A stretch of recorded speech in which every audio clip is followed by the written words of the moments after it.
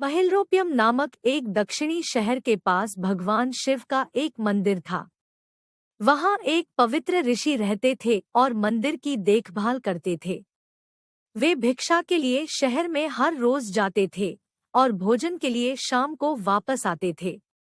वे अपनी आवश्यकता से अधिक एकत्र कर लेते थे और बाकी का बर्तन में डालकर गरीब मजदूरों में बांट देते थे, जो बदले में मंदिर की सफाई करते थे और उसे सजावट का काम किया करते थे।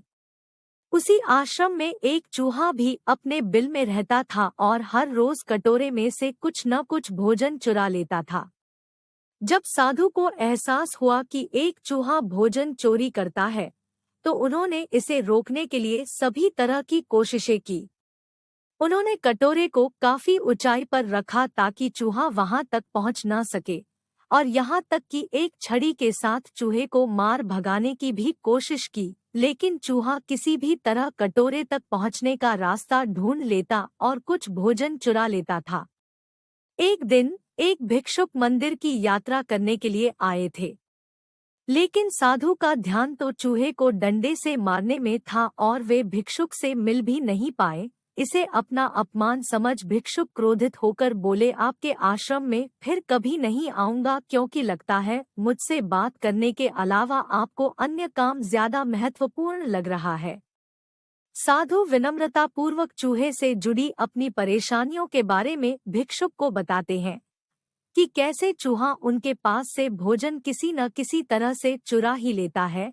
यह चूहा किसी भी बिल्ली या बंदर को हरा सकता है। अगर बात मेरे कटोरे तक पहुंचने की हो तो मैंने हर कोशिशें की हैं, लेकिन वो हर बार किसी न किसी तरीके से भोजन चुरा ही लेता है।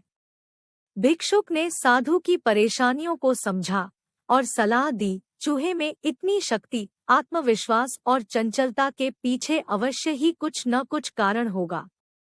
मुझे यकीन है कि इसने बहुत सारा भोजन जमा कर रखा होगा और यही कारण है कि चूहा अपने आप को बड़ा महसूस करता है और इसी से उसे ऊंचा कूदने की शक्ति मिलती है।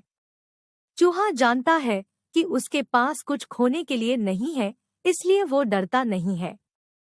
इस प्रकार साधु और भिक्षुक निष्कर्ष निकालते हैं कि अगर वे चूहे के बिल तक पहुंचने में सफल होते हैं, तो वे चूहे के भोजन के भंडार तक पहुंचने में सक्षम हो जाएंगे। उन्होंने फैसला किया कि अगली सुबह वो चूहे का पीछा करेंगे और उसके बिल तक पहुंच जाएंगे। अगली सुबह वो चूहे का पीछा करते हैं और उसके बिल के प्रवेश द्वार तक पहुंच जाते हैं। जब वो खुदाई शुरू करते हैं तो देखते हैं कि चूहे ने अनाज का एक विशाल भंडार बना रखा है। फौरन ही साधु ने सारा चुराया गया भोजन एकत्र करके मंदिर में लिवा ले जाते हैं। वापस आने पर अपना सारा अनाज गायब देख चूहा बहुत दुखी हुआ और उसे इस बात से गहरा झटका लगा और उसने सारा आत्मविश्वास खो दिया। अब चूहे के पास भोजन का भंडार नहीं था, फिर भी उसने फैसला किया कि वो फिर से रात को कटोरे से भोजन चुराएगा। लेकिन जब उसने कटोरे तक पहुंचने की कोशिश की, तब वह धड़ाम से नीच गिर गया और उसे यह एहसास हुआ कि अब न तो उसके पर शक्ति है और न ही आत्मविश्वास। उसी समय साधु ने भी छड़ी से उस पर हमला किया। किसी तरह चूहे ने अपनी जान बचाई और भागने में कामयाब रहा और फिर वापस मंदिर कभी नहीं आया। यदि हमारे पास भी संसाधनों की कमी न हो तो हम में भी अद्भुत शक्तियां और आत्मविश्वास की कमी कभी नहीं आ सकती।